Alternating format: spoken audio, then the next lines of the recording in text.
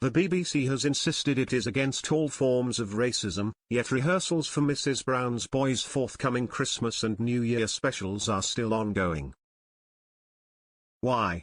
Suddenly it isn't a debate anymore about whether so-called comedy Mrs. Brown's Boys is actually funny.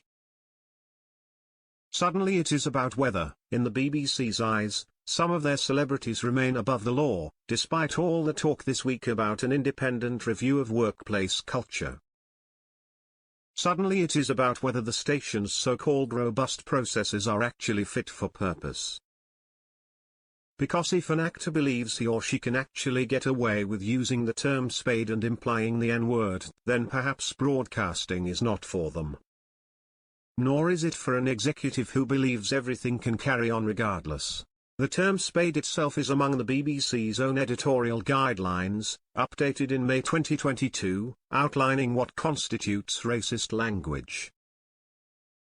It remains a derogatory term for someone who is black. So even though the first part of O'Carroll's attempt at improvising, "I'm not calling it a joke," could be defended as a justified idiom, the second part is problematic, even without the use of the N-word. As usual, the talk is cheap. The BBC has breathlessly insisted it is against all forms of racism, yet rehearsals for Mrs. Brown's Boys' forthcoming Christmas and New Year specials are still ongoing. Why?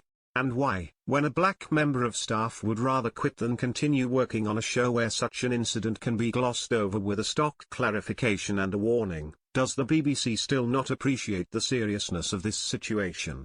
What will it take to address that employees' concerns?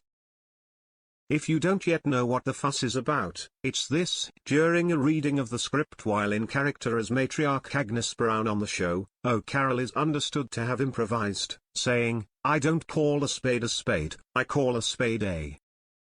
He is alleged to have then started to say the N-word before being prevented from using the final syllable by a co-star. BAFTA-winning Brendan admitted on Tuesday, there was a clumsy attempt at a joke, where a racial term was implied. It backfired and caused offense, which I deeply regret and for which I have apologized.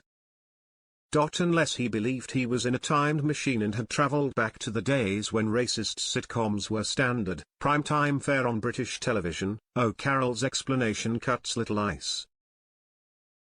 Acknowledging the exclusive broken this week by the Mirror's head of showbiz, Tom Bryant, a BBC spokesperson said, "While we don't comment on individuals, the BBC is against all forms of racism, and we have robust processes in place should issues ever arise." But exactly what are those robust processes? And if they actually mean anything, why did the BBC, in its initial statements on the incident, not acknowledge the severity of the offensive slur? Also why, when there are clearly questions around the culture within MBB, does the BB feel it is appropriate to continue filming?